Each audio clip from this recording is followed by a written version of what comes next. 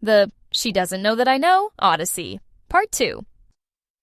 Since my first post, I did a lot of reading on Reddit and other forums about how to spot and catch cheaters. Her phone is password protected and I don't know the password. She's also pretty good about locking her computer, and it was just a fluke that I was able to catch it before. So I knew I needed to get evidence. The following is not my idea.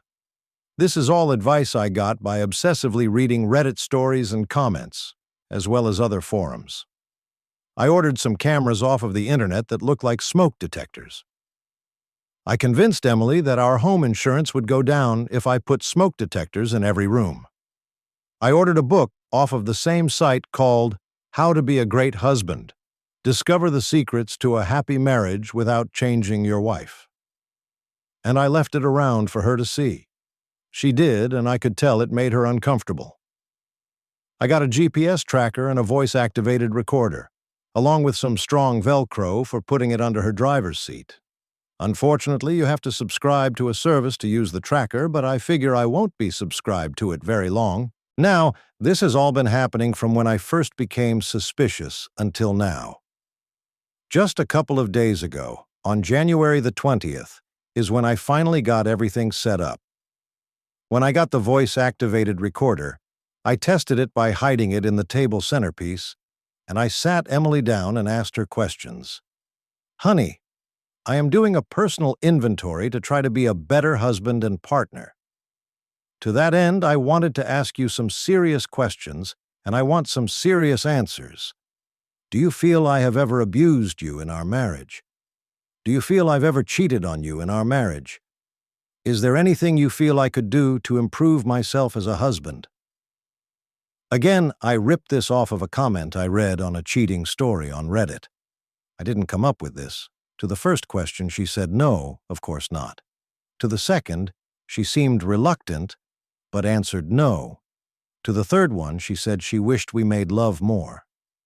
We've fallen off quite a lot since I got suspicious for obvious reasons. But I tried to initiate a couple of times, just to keep her complacent. My heart's not in it when we do it, and I think she can tell. I asked these questions so that she couldn't make up stuff about me abusing her or cheating on her later on. I don't think she would make up lies about me, but I didn't think she'd cheat on me either. So I don't know the woman anymore. The voice-activated recorder got it all. I transferred the recording to the cloud. I put electrical tape over the display of the voice-activated recorder so there wouldn't be a glow under her seat at night, and I plugged some cheap wired earbuds into the jack on the voice-activated recorder and then snipped it off at the plug so that the voice-activated recorder wouldn't make any noise. Again, I got all of this info off of reading subreddits and forums. I didn't come up with this. Rolling back the clock to Christmas. On Christmas, we spent Eve and Day with her family. It was their turn. Her sister was there with her husband and kid as well as her parents. We were at her parents' house. It was just an hour away. My parents live a couple of states over. Christmas Eve Day, she got a gift bag delivered to her. I didn't see who dropped it off. My mother-in-law said it was some teenager. The gift bag said, "To Emily from Santa." At first, she thought it was from me, I think. I assured her it wasn't. It was a gold bracelet. Apparently, it was pretty nice. Her mom and sister oohed and ahed over it. Oh, wow. Oh my God, look at that. When asked where it came from, she said it probably came from a bridal party that was getting married on the 28th, who wanted to reward her for giving a group discount and doing it last minute. She told us that they said she should expect a bonus. Yeah, it's ridiculous. But I nodded my head. Miel and Fiel sort of followed my lead like it was no big deal. Let me be clear that I knew it was from John. The bridal party would have signed their names, not wrote, "From Santa." Emily must think I'm special needs to fall for that. I just got angry in the moment that she had that little respect for me, so I excused myself to the restroom. Later on, I saw her in the backyard on her phone. She seemed angry and was gesturing wildly. I figure she was reading John the Riot Act for almost exposing their affair. Now let's move forward to New Year's. She had the wedding on the 28th and was working with another bride for a wedding on the 4th. Whenever her phone would go off, I'd wonder if it was him.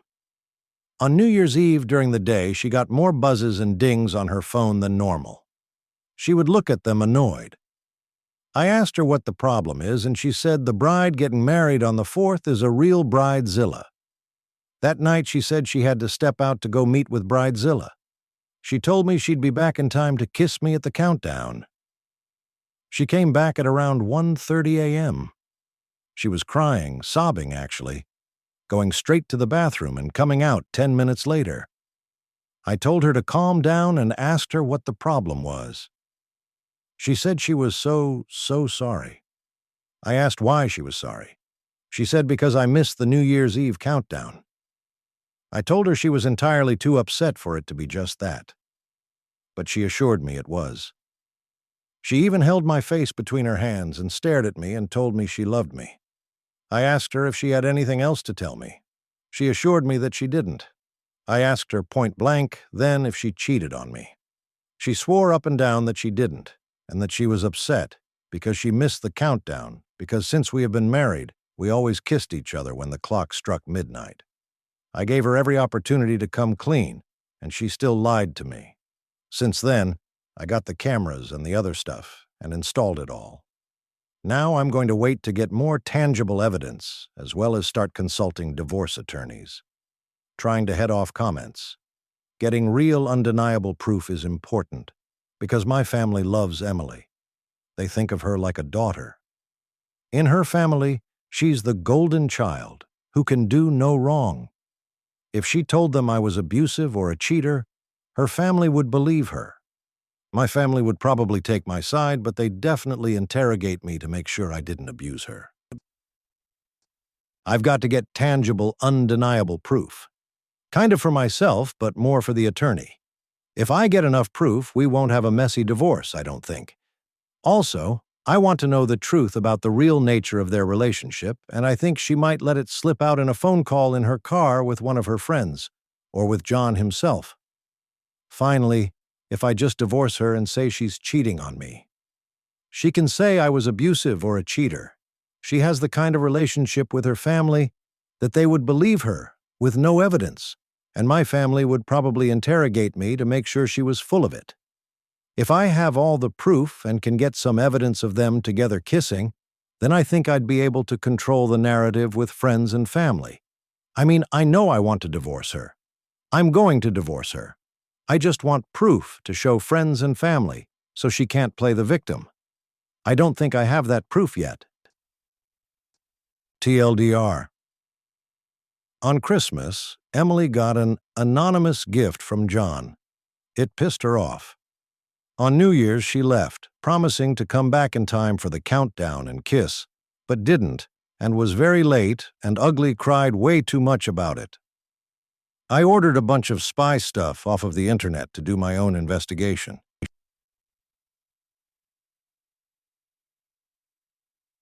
Evidence will be harder, and just an excuse at this point. New Year's Eve was your stoic wife cracking.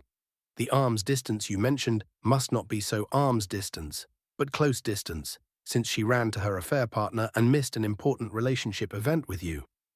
Leave your phone in the car. Make sure her phone is near her but not in her hand. Act like you're in a rush and say, "Can't find my phone." Pat yourself down.